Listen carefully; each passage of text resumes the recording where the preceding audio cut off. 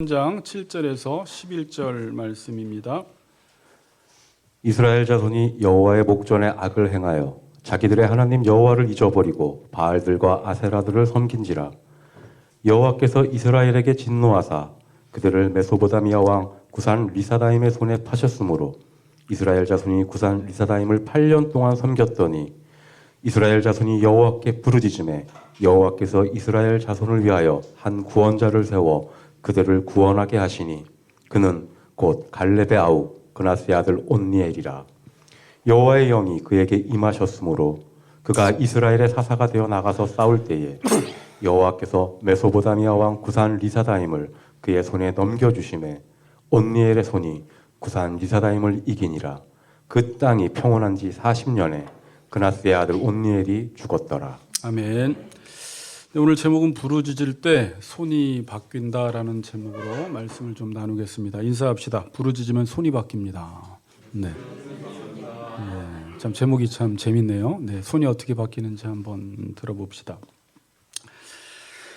제가 발바닥과 종아리 통증이 있는 것은 아마 우리 교인들이 잘 아실 것입니다. 하도 제가 티를 많이 내서 이 발바닥과 종아리가 아파서 이 발바닥과 종아리를 고치는 분야의 병원을 다 가보아서 치료를 다 해보았습니다. 제가 처음에는 종아리가 이렇게 너무 아파서 처음 간 곳이 어디냐면 혹시 하지정맥류가 아닌가 해서 찾아갔는데 건대까지 갔는데 이렇게 진단을 받은 결과 하지정맥류라는 거예요. 그래서 3개월가량 건대를 오가면서 치료를 받았습니다. 그런데 낫지가 않았어요. 나중에 보니까 제가 하지정맥류가 아니었습니다. 자, 그 다음에는 또 발바닥 초음파 검사를 했습니다. 혹시 족저 근막염이 아닌가 해서 초음파 검사를 해봤더니 아니래요. 기였으면 좋겠는데 아니라니까 더 절망스러웠습니다.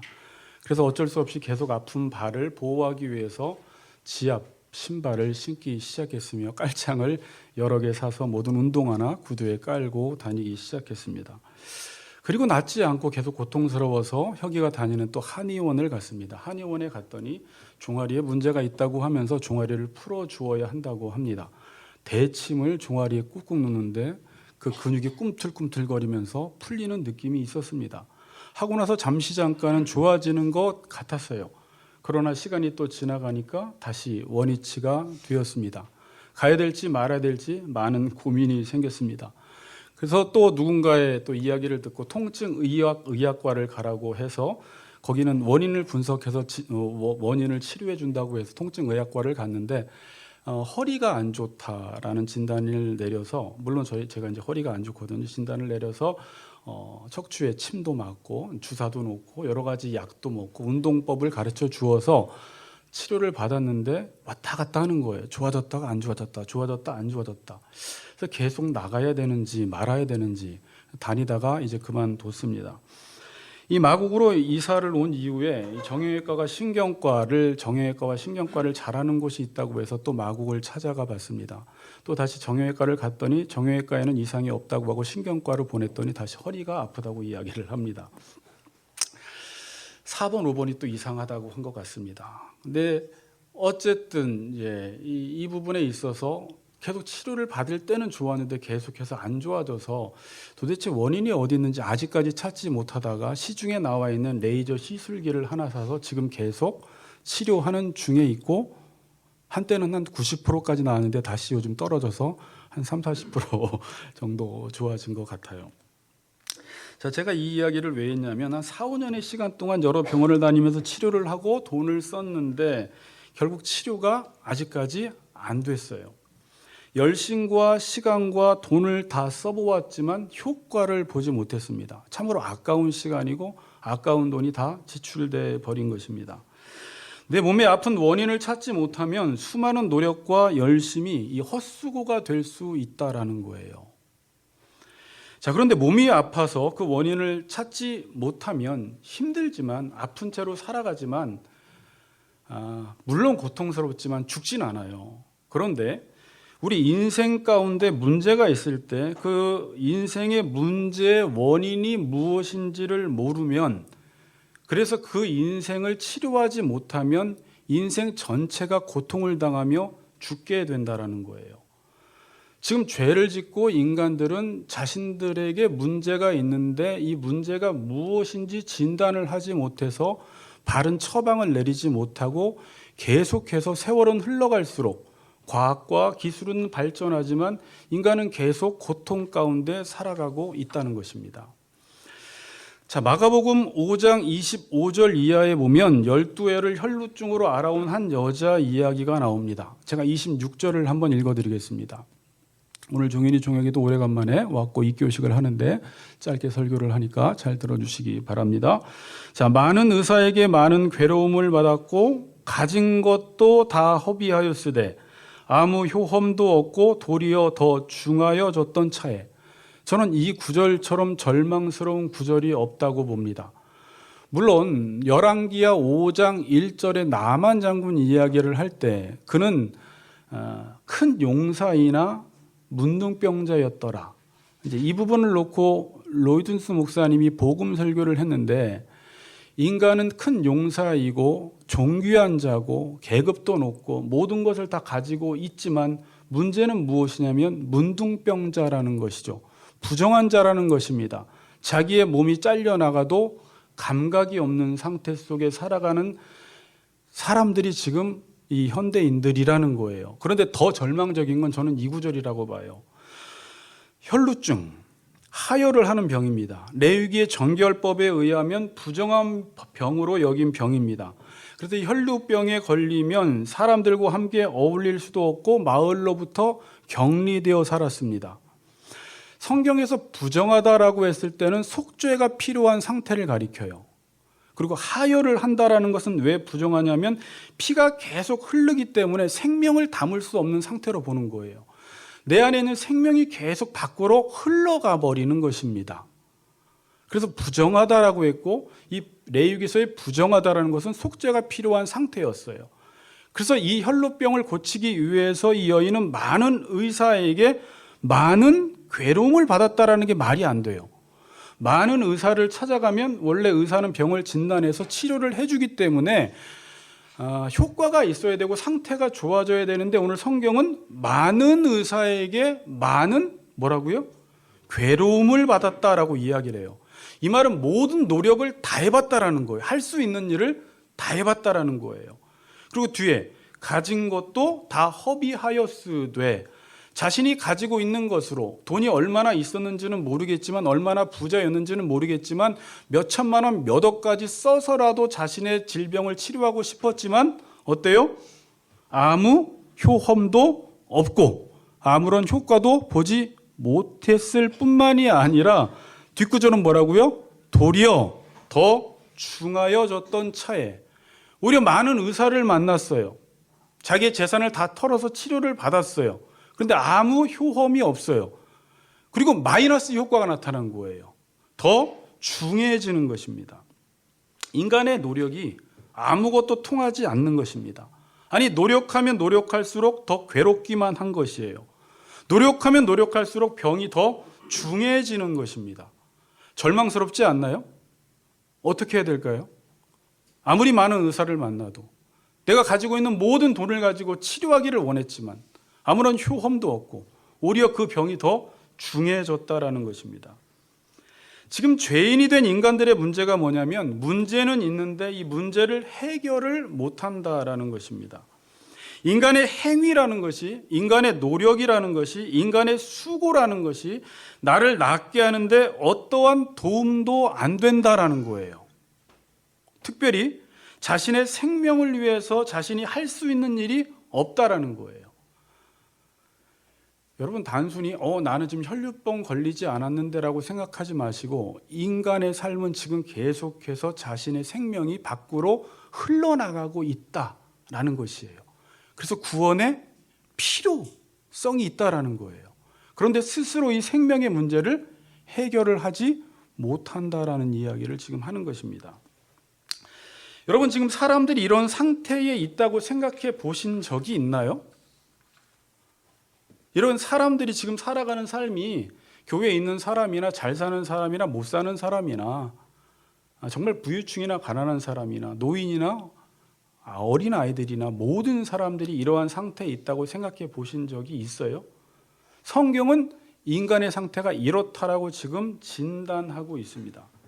지금 이 세상 사람들이 이런 상태에 있습니다. 지금 인간이 행하는 모든 행위들과 노력들과 수고들이 지금 인간이 처해 있는 이 아픈 현실을 치료를 하지 못하는 거예요. 인간은 한편으로는요, 인간의 지혜로 지식으로 과학을 발전시키고 기술을 발전시켜서 이 세상이 좋아지는 것 같지만 또 한쪽 측면에서는 인간은 엄청난 삶에 대한 고통을 당하고 있어요. 인간이 잘하는 건 뭐냐면 생명과 무관한 일들은 잘합니다. 뭐라고요? 생명과 무관한 일들. 뭐 공부를 한다든지 AI 로봇을 만든다든지 집을 크게 짓는다든지 빌딩을 짓는다든지 이런 일들은 엄청 잘해요. 그런데 생명과 관련돼 있는 분야에서는 무능하다라는 거예요. 물론 육신적인 생명도 자기 자신이 책임지지 못하고요. 지금 성경에서는 제가 생명이라고 이야기할 때는 단순히 육신적인 생명을 말하는 게 아니에요.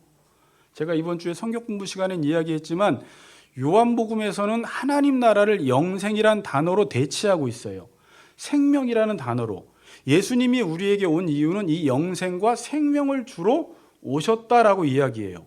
하나님이 세상을 이처럼 사랑하사 독생자를 주셨으니 이는 저를 믿는 자마다 멸망치 않고 뭐요? 영생을 얻게 하려 하신다라고 했는데 영생을 쉽게 풀이하면 그 존재가 존재로 충만한 상태를 가리켜요. 인간이 인간으로서 부족함과 결핍이 없이 충만한 상태. 꽃이 씨가 자라서 만개해서 꽃으로 충만한 상태를 성경에서는 영생이라고 이야기합니다. 그러면 그 영생을 누리려면 적당한 영양분과 양식을 공급받아야 돼요. 우리 인간도 이 영생을 누리려면 인간의 양식을 공급받아야 되는데 인간은 이 말씀, 그러니까 떡으로만 사라지는 것이 아니라 하나님의 말씀을 들을 때 그 말씀이 양식이 되어서 우리가 영생을 누린다라고 이야기를 해요. 그래서 예수님께서 내가 이 땅에 온 이유는 하나님이 나를 보내신 이의 뜻을 행하여 하나님의 보내신 이의 뜻을 행하는 것이 곧 생명이요 영생이라고 이야기를 하고 있어요. 근데 이 생명에 관한 부분에서는 인간이 무능하다라는 거예요. 생명과 상관없는 일만 지금 너무나 잘하고 있습니다. 자, 그래서 성경은 지금 사람들이 살아가는 삶을 가리켜 낭비하는 삶이라고 이야기를 하고 있어요. 계속해서 낭비한다라는 거예요. 무언가를 열심히 하기는 하는데 진짜 얻어야 할 것을 얻지 못한다라는 것입니다. 인정을 하세요?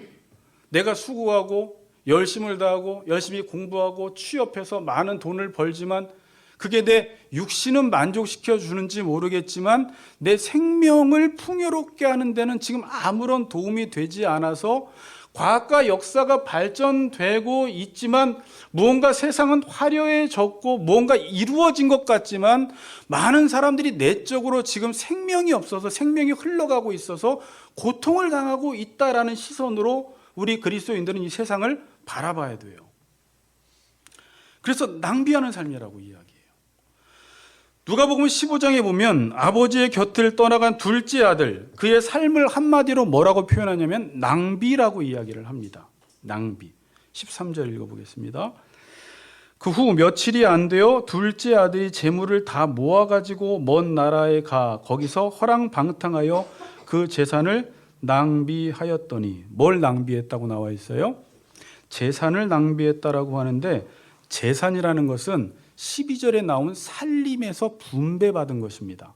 자, 12절을 읽어보면 그 둘째가 아버지에게 말하되 아버지여 재산 중에서 내게 돌아올 분깃을 내게 주소서 하는지라 아버지가 그 살림을 각각 나누어 주었더니, 살림을 나누어 주어서 그 나누어 준 살림이 자기의 재산이 된 거예요. 근데 이 재산을 낭비했다고 이야기하는데 이 살림이라는 단어가 헬라어로 비오스라는 단어예요. 영어로 바이오죠. 이게 뭐예요? 생명이라는 단어예요. 생명이라는 단어. 그러니까 하나님께서 생명을 나눠줬어요. 그런데 아버지의 곁을 떠나니까 어떤 삶을 살아가요? 이 생명을 계속 낭비하는 삶을 살아가는 거예요. 하나님의 곁을 떠난 인간의 현실은 계속 아까 혈루증 걸린 여인처럼 생명이 계속해서 빠져나가고 있다, 낭비하고 있다라고 이야기를 해요. 제가 이 부분을 에베소서에서 어떻게 가르쳤냐면, 여러분 인생을 살아가는데 인생의 시간은 두 가지가 있다고 이야기했죠. 카이로스와 크로노스의 시간이 있는데, 그냥 크로노스는 흘러가는 연대기적인 시간인데, 우리는 이 시간 속에서 어떻게 살아가야 하냐면, 아까 나는 주인이 아니라 청지기라고 우리가 고백을 했잖아요. 청지기로서 하나님 아버지의 뜻을 행하는 것만큼 우리의 생명을 생명되게 만드는 거예요. 그 시간만 구원하고 건져 올리게 되는 것입니다. 그럼 나머지 시간은 아버지의 뜻을 이루지 않는 시간을 가리켜 뭐라고 하냐면 낭비했다, 생명을 흘려 보내버린 것입니다. 그렇게 해서 점점점 가지가 나무에서 떨어져 나오면 당장은 죽지 않듯이 결국은 나무에 붙어 있지 않는 가지는 영양분이 다 빠져나가고 물이 다 빠져나가서 말라 비틀어지면서 죽어가듯이 마치 인간이 그러한 상태에 있다라고 성경은 말씀하고 있습니다. 이것이 인간의 현 주소입니다. 예수님이 요한복음에 그래서 뭐라고 말씀하시냐면, 내가 온 것은 양으로 생명을 얻게 하고 더 풍성히 얻게 하려는 것이라. 그래서 우리는 풍성한 삶이라고 이야기하는데, 자꾸 이렇게 풍성한 삶이라고 하면 부자가 되라는구나라는 걸 자꾸 생각하는데, 그런 말을 하는 게 아닙니다. 영생이라는 개념은 또다시 성경 나눔 시간에 좀 더 구체적으로 설명을 드릴게요. 자, 그럼 이 문제를 누가 해결해 줄 수 있습니까? 윤 대통령이 해결해 줄 수 있을까요? 정치인이 바뀌면 해결이 될까요? 지금 인간은 이 문제를 수천 년 동안 해결을 못하고 있습니다. 이 문제는 하나님 아버지만이 해결해 주실 수가 있어요. 왜냐하면 그분이 생명의 근원이시고 그분이 생명을 창조하셨기 때문이에요. 그러니까 인간은 하나님을 떠나면 생명을 유지를 못하고 살아갑니다. 계속 생명을 낭비하고 살아갑니다. 이 아래에서는 이 문제를 해결하지 못해요. 그래서 요한복음에서는 거듭나야 한다라고 말을 하고 있어요. 위로부터 다시 나야 한다라고 이야기를 하고 있습니다. 그래서 나의 아버지 되신 하나님을 만나야지만 이 생명의 문제가 해결되지, 하나님을 만나지 못하면 이 생명의 문제는 절대 해결되지 못해서 인간은 계속해서 생명의 문제를 해결해 보려고 수많은 노력을 하지만 노력만 하다가 결국은 더 중해지는, 그러니까 오히려 역사가 더 좋아진 것 같지만 과거보다 지금 훨씬 더 안 좋아졌어요. 훨씬 더 고통스러워졌어요. 사람들의 삶이 힘들어졌다라는 것입니다. 이 문제는 해결하지 못하고 오히려 더 중해졌습니다. 그러니까 인간은 정말 해야 될 일은 하지 못하고 잘 안 해도 되는 일은 잘해요. 정말 해야 되는 일은 하지를 못해요. 누군가 위에서 이 구원의 손길을 베풀어 주지 않으면 인간에게는 아무런 소망이 없어요. 여러분, 이런 인간의 상태를 알면 복음이라는 게 얼마나 영광스럽게 다가오는지 몰라요. 로마서 3장 21절에 율법의 행위로 그의 앞에 의롭다 얻을 육체가 없는데, 의롭지 못하면 인간은 죽는데, 그러나 예수 그리스도로 말미암아 모든 믿는 자에게 미치는 하나님의 의인이 차별이 없느니라는 이 복음이 얼마나 영광스러운지 모른다라는 거예요. 인간이 살 수 있는 길이 열렸다라는 거예요. 자, 그래서 여러분, 웨스트민스터 소유리문답 20문에 보면 우리가 얼마 안 있으면 이제 배울 내용인데, 인간론을 다루면서 인간이 지금 얼마나 비참한 상태에 있는지를 설명을 합니다. 그리고 나서 인간은 지금 비참한 죄 가운데, 비참한 지위 가운데, 하나님의 진노 가운데 있다라고 절망적인 것들을 선언하면서 20문에 어떤 질문을 하냐면, 질문입니다. 하나님께서 모든 사람을 죄와 비참한 지위에서 멸망하게 버려두셨는가? 이렇게 질문을 해요. 그러니까 만일 하나님이 인간이 죄와 비참한 지위에서 멸망하도록 내버려 뒀다면 인간에게는 아무런 소망이 없어요. 인간의 노력으로, 인간의 열심으로, 인간의 수고로 아무리 많은 재산을 다 갖다 바쳐서라도 인간은 소망이 없는데, 여기 답변이 어떻게 나와 있냐면 하나님께서 홀로 그 선하신 뜻대로 영원부터 구원받을 자들에게 영생을 얻게 하시려고 선택하시고 은혜의 언약을 세우셔서 구속자로 말미암아 저희를 죄와 비참한 지위에서 건져내시고 구원의 자리에 이르게 하셨다. 이 답을 정리하면 어떻게 되냐면 하나님이 홀로 구원의 자리에 이르게 하셨다라는 말이에요. 자, 뭐라고요? 따라해 봅시다. 하나님이 홀로 구원의 자리에 이르게 하셨다. 인간으로서는 이 구원에 이를 수가 없어서 하나님께서 일방적으로 구원의 자리에 이르게 하셨는데 은혜의 언약을 세웠다, 이렇게 말해요. 인간의 노력으로, 인간의 수고로 이 구원에 이를 수 없으니까 은혜의 언약을 세우셨다라는 말은 뭐냐면 인간이 원인을 발생시켜서 이 생명의 문제를 해결할 수 없기 때문에 하나님께서 일방적으로 언약을 맺으시고 우리를 살리기로 결정하셨다라는 거예요. 그래서 우리가 구원을 받고 살아났다라는 것이죠. 그 이외에는 인간은 살 수 있는 방법이 없습니다. 자, 그럼 하나님은 우리에게 어떤 분이냐? 제가 이 이야기를 하고 싶어서 앞에 있는 서론을 이야기했어요. 하나님이 우리에게 어떤 분이냐? 우리가 살아가는데 여러 가지 필요가 있는데 그 필요한 것 중에 가장 필요한 분이 하나님이라는 말이 아니에요. 우리가 어떤 일을 해야 하는데 그 일을 못하니까 하나님이 도움을 주시는 분 정도가 아니라는 말이에요. 인간에게 있어서 하나님은 어떤 분이냐? 하나님만이 우리의 삶을 가능하게 해주시는 분이에요. 뭐라고요? 하나님만이 우리의 삶을 가능하게 해주시는 분. 하나님만이 우리의 생명을 가능하게 해주시는 분. 하나님만이 우리의 인생의 참된 의미를 가능하게 해주시는 분. 하나님만이 우리의 삶과 생명을 풍성하게 해주시는 분이 하나님이다라는 말입니다. 그래서 인간은 하나님을 떠나서는 아무것도 할 수 없다고 이야기를 해요. 나는 포도나무에 너희는 가지니 저가 내 안에 내가 저 안에 있으면 이 사람은 열매를 많이 맺는데 나를 떠나서는 아무것도 할 수 없다라는 말이 무슨 말인지 아시겠어요?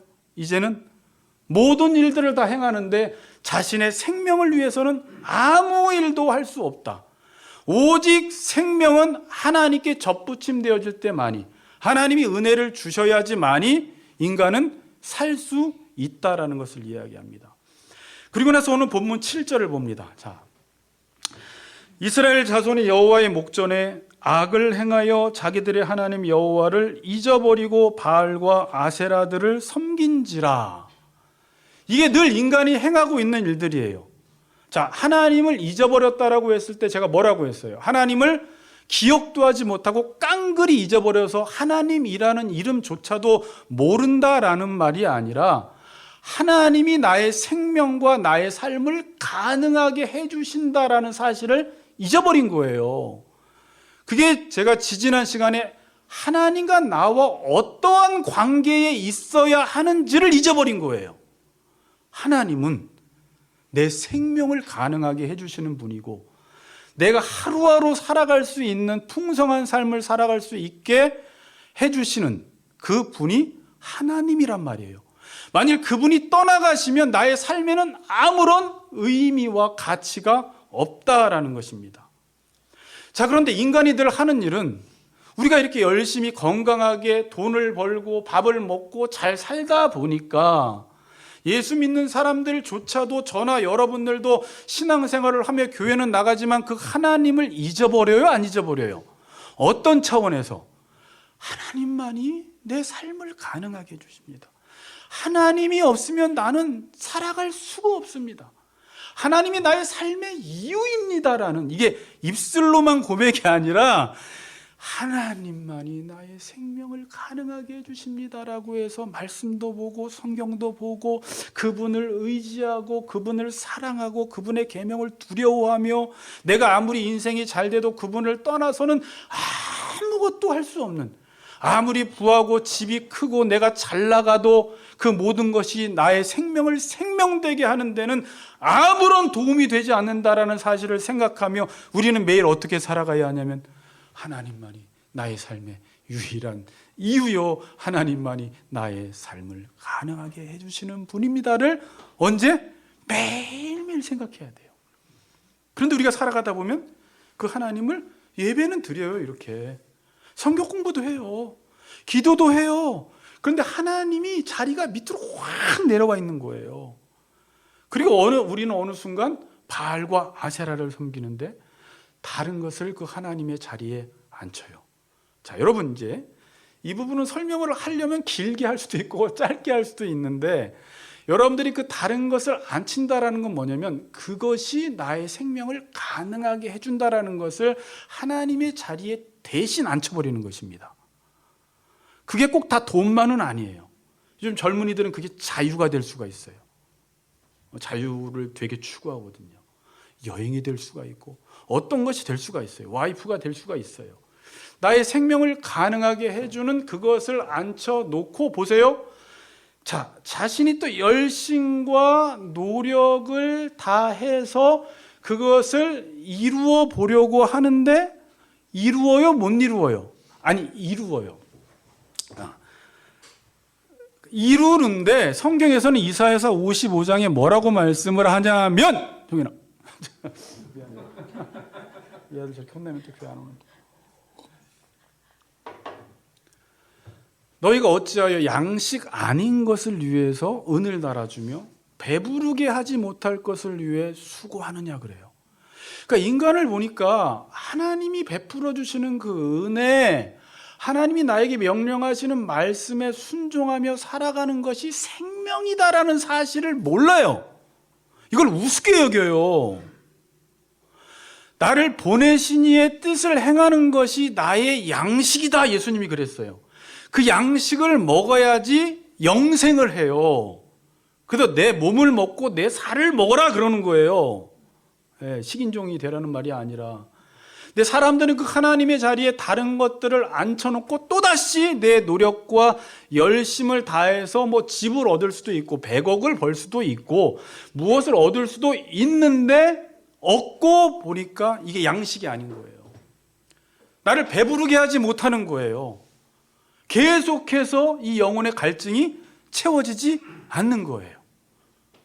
그러면서 이사야서에서는 너는 내게 나와 듣고 들을지어다라는 말이, 이게 하나님이 우리에게 은혜를 베풀어 주셔서 하나님의 자녀들에게 필요한 말씀들을 주실 때 그 말씀을 듣는 것이 나의 생명을 풍성하게 하고 나를 살려내고 하나님의 뜻을 이룰 수 있도록 하는 힘과 원동력이 된다는 사실을 사람들이 잘 모르고 조금 먹고 살만하면 바로 하나님을 끌어내리고 그 위에 나는 이것만 있으면 잘 살아라고 하면서 열심히 살아가서 그것을 얻어보지만 내 생명은 왜 이렇게 공고하지? 마약이나 해볼까? 요즘 뭘 더 해볼까? 그러니까 요한복음은 계속 니고데모도 배고파 영생 이야기하는데 이해 못해. 수가성 사마리아 여인도 남편을 바꾸어 보는데 만족이 없어. 목말라. 계속해서 그런 내용이 나오는 거예요. 자, 누가복음 12장 15절에 보면 그들에게 이르시되 삼가 모든 탐심을 물리치라. 자, 사람의 생명이 그 소유에 넉넉한 데 있지 아니하리라. 되게 중요한 말이에요. 따라해 봅시다. 사람의 생명이 그 소유에 넉넉한 데 있지 아니하리라. 그러니까 사람들은 자꾸 자신의 생명이 소유의 넉넉함에 있다고 생각을 하는 것입니다. 나의 생명을 풍성하게 하는 것은 소유야. 그래서 대부분 그 자리에 하나님을 끌어내리고 그 자리에 대부분 소유를 갖다 놔요. 그리고 소유를 얻기 위해서는 돈이 필요한 거예요. 그래서 마지막 때가 되면 돈이 최고의 우상이 되어버리는 것입니다. 자, 근데 처음에 이런 말을 해요. 탐심을 물리치라고 해요. 그러면서 사람의 생명이 소유에 넉넉한 데 있지 않다. 자, 지금 부자는 자신의 소유의 넉넉함이 자신의 인생을 평안하게 해주고 쉬고 먹고 마시고 즐길 수 있게 한다고 생각을 해서 소유가 많으니까 곳간을 헐어버리고 더 크게 지어서 더 많은 소유를 가지면 나는 이렇게 될 것이야 라는 착각을 해요. 그게 뭐냐면 쉬고 먹고 마시고 즐거워하는 거예요. 네 박자예요.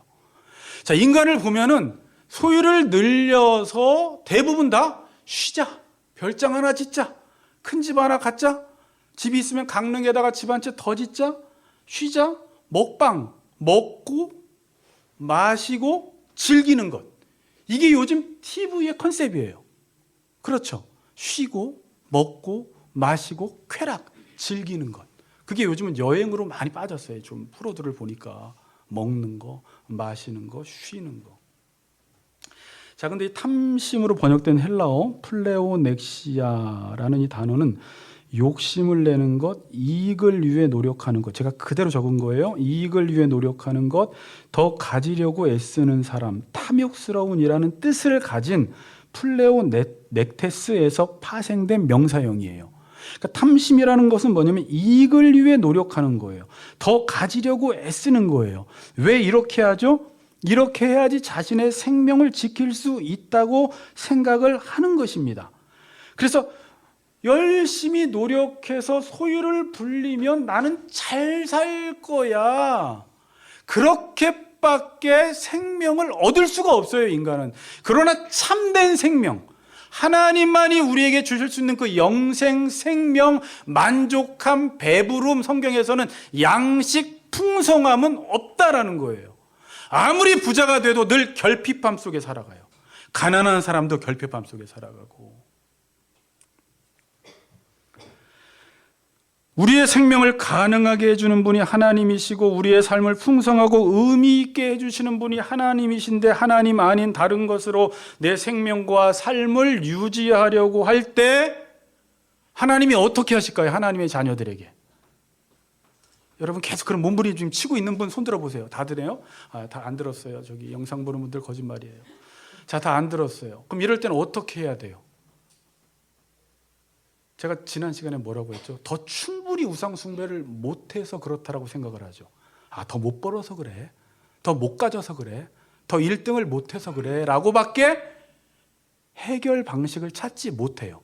그래서 절대 그러한 방식으로 해결이 되지 않습니다. 그래서 하나님이 이러한 일을 겪게 만드세요. 그게 8절이에요. 여호와께서 이스라엘에게 뭐하고요? 진노하사 그들을 메소포타미아 왕 구산 리사다임의 손에 파셨으므로 이스라엘 자손이 구산 리사다임을 8년 동안 섬겼더니, 이거는 역사 속에서 하나님의 백성들의 삶 속에서 우리가 그렇게 소유로 만족하려고 할 때 반드시 일어나는 일들이에요. 자, 여호와께서 진노를 하십니다. 진노하다라는 뜻이 콧구멍, 분노, 화예요. 하나님이 화를 내세요. 그러니까 하나님이 지금 화를 내고 계시는 거예요. 그러할 때.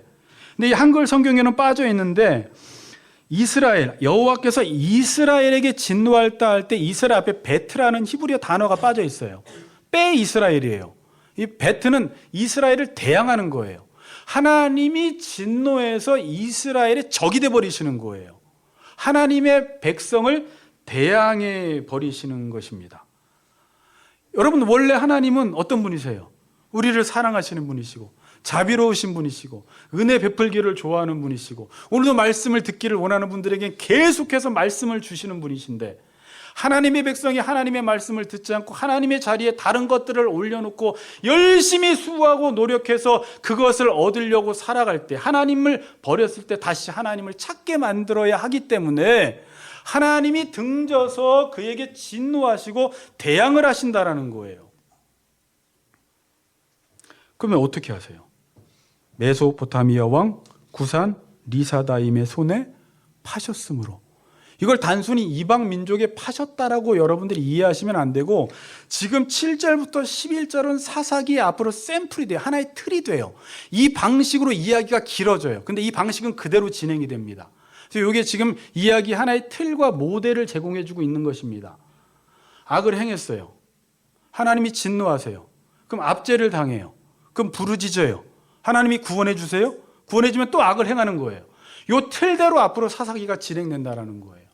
그리고 하나님이 이것이 역사하는 방식입니다. 자, 그럼 구선 리사다임의 손에 파셨다. 그럼 어떻게 돼요? 이스라엘 백성들이 삶이 갑자기 바뀌어요. 이스라엘이 구산 리사다임을 8년 동안 섬기게 되는 것입니다. 여기서 손이라는 단어는 주권, 힘을 상징하는 거예요. 자, 보세요.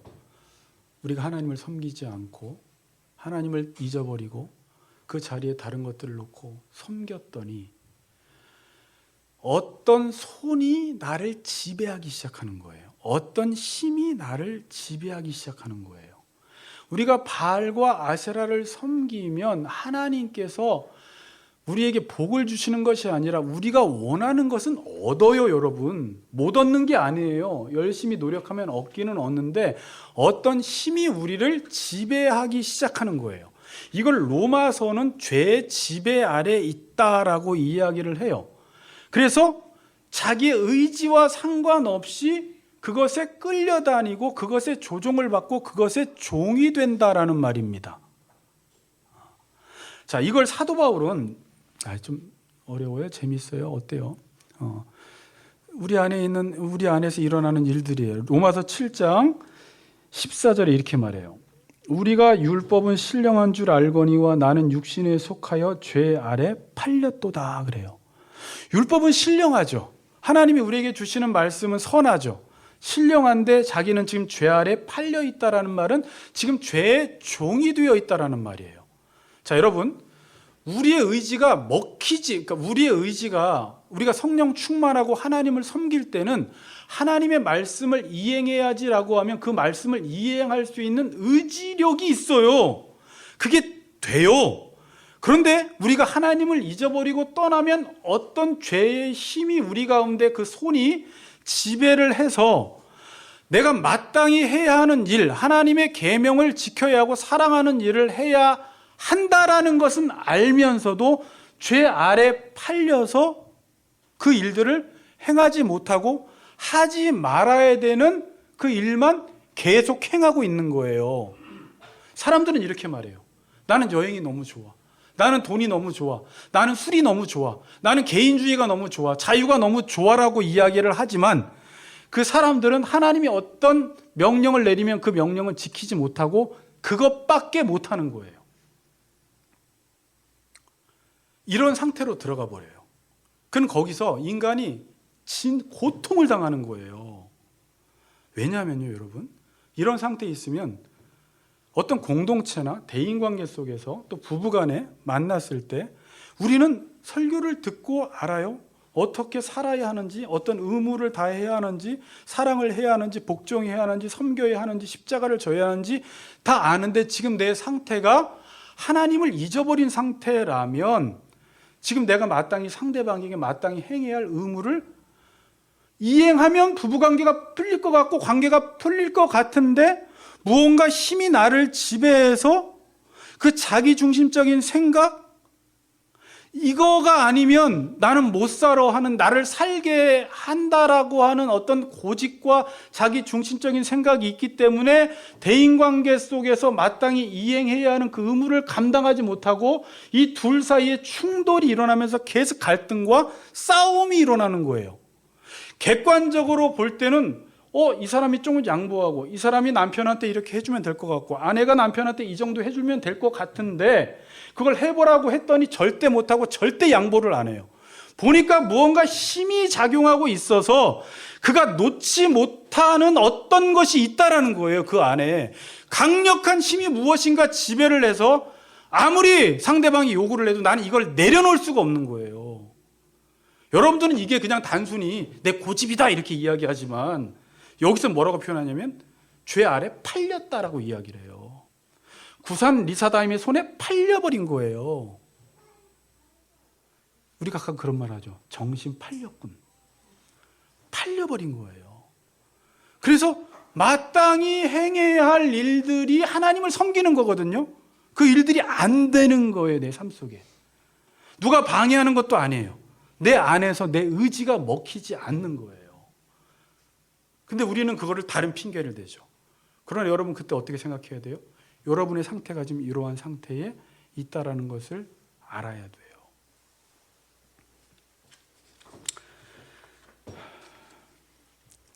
언제까지 이렇게 살까요? 그러면 언제까지? 오늘 성경 보니까 언제까지 계속 그렇게 고통을 당하며 살까요? 부르짖을 때까지. 역시. 자, 9절 보세요. 이스라엘 자손이 여호와께 부르짖음에 여호와께서 이스라엘 자손을 위하여 한 구원자를 세워 그들을 구원하게 하시니 그는 곧 갈렙의 아우 고나스의 아들 온니엘이라. 이스라엘 자손이 만약에 여호와께 부르짖지 않았다면 그 기간이 30년, 40년, 50년, 60년이 되는 거예요. 그럼 하나님은 언제 구원을 베풀어 주시고 온니엘이라는 구원자라는 사사를 세워서 이들을 구원하시냐면 부르짖을 때만 구원을 하세요. 사사기서에서 그렇게 말을 해요. 부르짖지 않으면 구원을 안 하세요. 근데 이들은 언제 부르짖었어요? 8년 동안 섬기다가 너무 고통스러워서 부르짖어요. 뒤에 보면요, 근데 몇십 년 동안 부르짖지 않아요. 그러다가 진짜 못 살겠어서 부르짖기도 해요. 다음에 에훗은 18년 동안 부르짖지 않더라고요.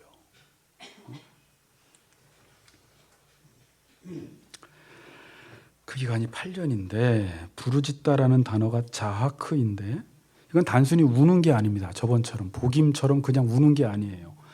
절망의 때에 도움을 위하여 하나님께 부르짖는 것이에요. 이 단어가 어디에 쓰였냐면 출애굽기 2장 23절. 여러 해 후에 애굽 왕은 죽었고 이스라엘 자손은 고된 노동으로 말미암아 탄식하며 부르짖으니 그 고된 노동으로 말미암아 부르짖는 소리가 하나님께 상달된지라 할 때 이 자크 부르짖다라는 것입니다. 부르짖다라는 말은 그냥 부르짖는 게 아니라 여호와를 찾는 거예요. 자, 보세요. 아까 여호와를 잊어버린다라는 게 뭐였어요? 여호와를 잊어버려. 하나님이 나의 삶의 근원이시고 내 생명을 가능하게 해주시는 그 겸손한 마음을 다시 찾는 거예요.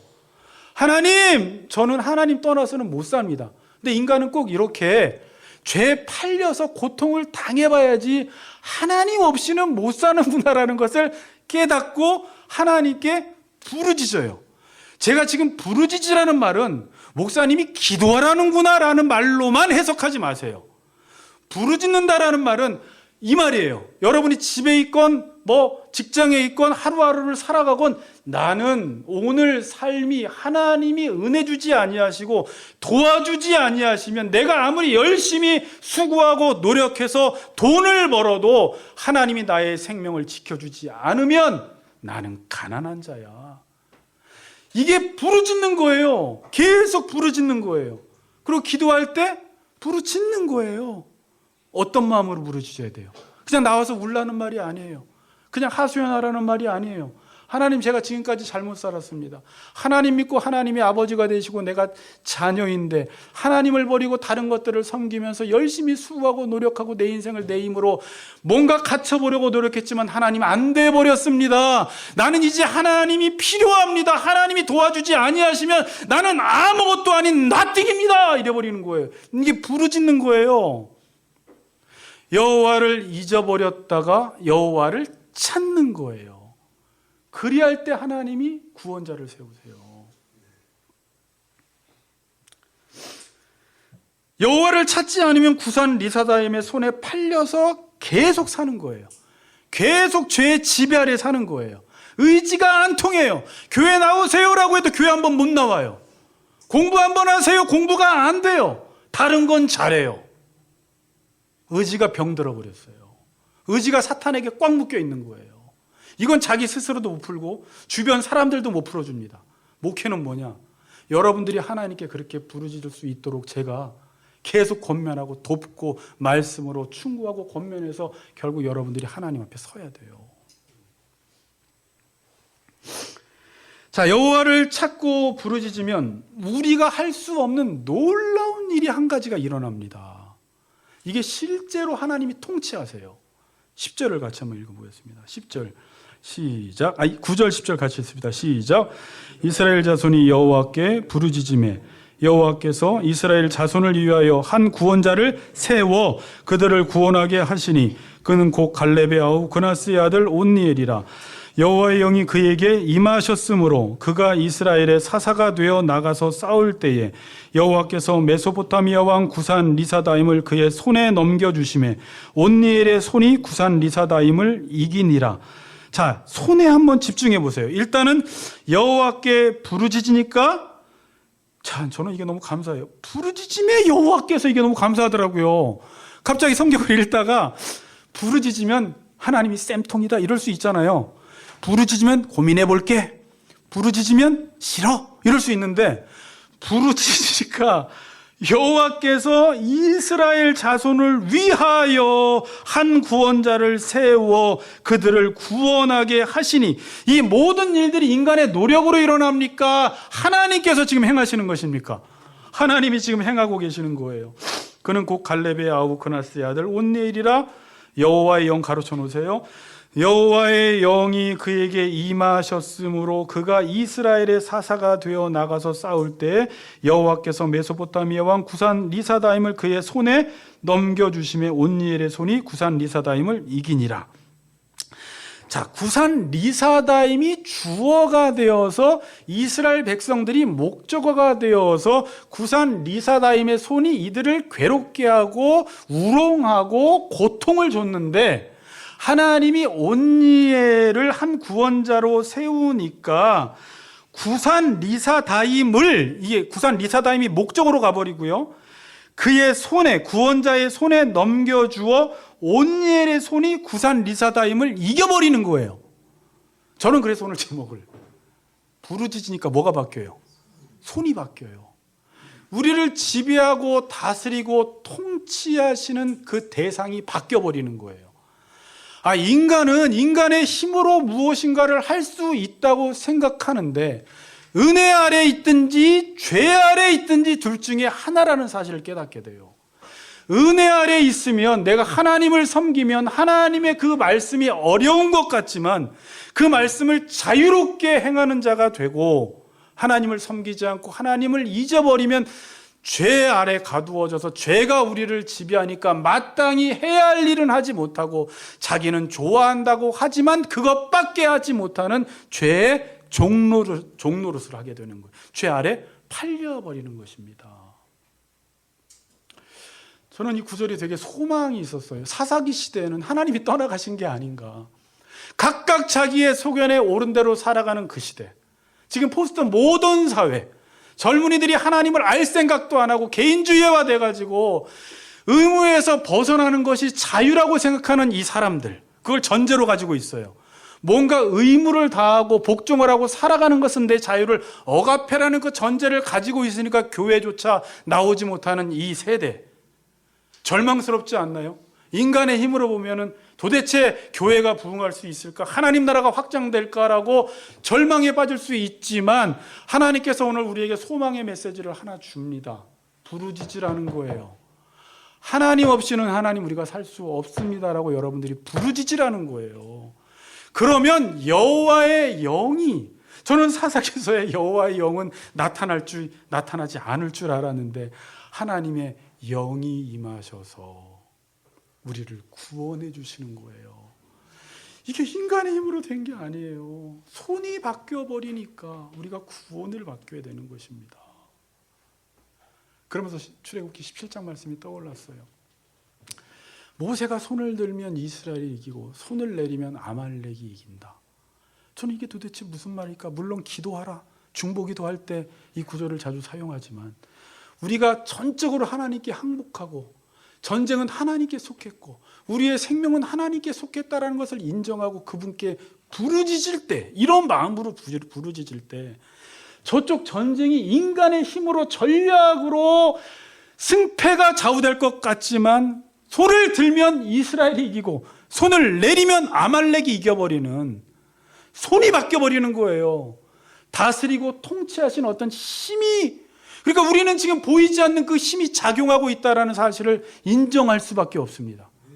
그래서 여러분들이 하나님의 말씀을 생명처럼 여기며 그 말씀을 두려워하며 그 말씀대로 살아가고 하나님이 내 생명의 근원이 되신다라는 사실을 인정하고 살아갈 때 하나님이 은혜를 베풀어 주시고 그 어려웠던 성경 말씀이 나의 삶 속에서 이루어지며 의무를 다하게 되며 아내를 사랑하게 되며 남편에게 복종하게 되며 성도들을 위하여 십자가 지는 삶이 성령의 능력으로, 로마서 8장 4절에 육신대로 행하지 아니하고 그 영을 따라 행하는 우리에게 율법의 요구를 이루어지게 하는 분이 성령께서 그 율법의 요구를 이루시는 분이라는 것입니다. 여러분, 인생 우리가 싸우려고 하지 마세요. 결론이에요. 자, 보세요. 그렇다고 여러분 게으르게 있으라는 말이 아니라 우리가 열심히 해서 내 인생에 뭔가 무엇을 이루어보고 역전해서 로또가 당첨되면 인생 역전을 꿈꿔보고 뭔가 대학에 들어가면 무엇인가 많이 벌면 내 인생이 달라지겠지. 그건 진정한 역전이 아니에요, 여러분. 우리 인생은 내가 싸워서 무엇인가 이루어진 것 같지만 이루어지지 않아 있어요. 우리의 인생에서 누가 싸워야 돼요? 하나님이 싸우셔야 돼요. 사사 하나님이 판단하셔야 돼요. 사사 하나님이 구원하셔야 돼요. 사사의 뜻이 그거예요. 하나님이 우리의 인생을 판단하시고 하나님이 우리의 인생을 위해 싸우시게 만들면 우리 인생은 구원을 받는 거예요. 놀라운 일들이 일어나는 것입니다. 제가 이 설교를 준비하면서 너무 고통스러웠어요. 본문이 너무나 깊은 의미가 너무나 많이 있고 또 이 본문을 통해서 이것이 우리의 지식만 되지 않고 하나님 실제적으로 지금 목회 현장 속에서 우리 성도들의 삶을 구원했으면 좋겠습니다. 그래서 우리 성도들이 정말 지금 이 시간 이후로 듣고 좋았다 그게 아니라 여호와를 다시 내 삶의 주인의 자리에 앉혀놓고 그분을 부르짖으세요. 오늘 예배당 떠나가면서도 전철 타면서도 집에 가서도 나는 하나님 없이는 살 수 없습니다라는 그분을 절대적으로 높이고 예배할 때 여러분 삶 속에 손이 바뀌는 놀라운 역사가 일어날 줄 믿습니다. 오늘 이 추수감사절날 우리와 함께 하시는 하나님, 기도만 하면 하나님의 영을 부으셔서 우리를 구원하시는 그 하나님을 높이시고 찬양하시는 복된 날이 되시기를 주의 이름으로 축복합니다.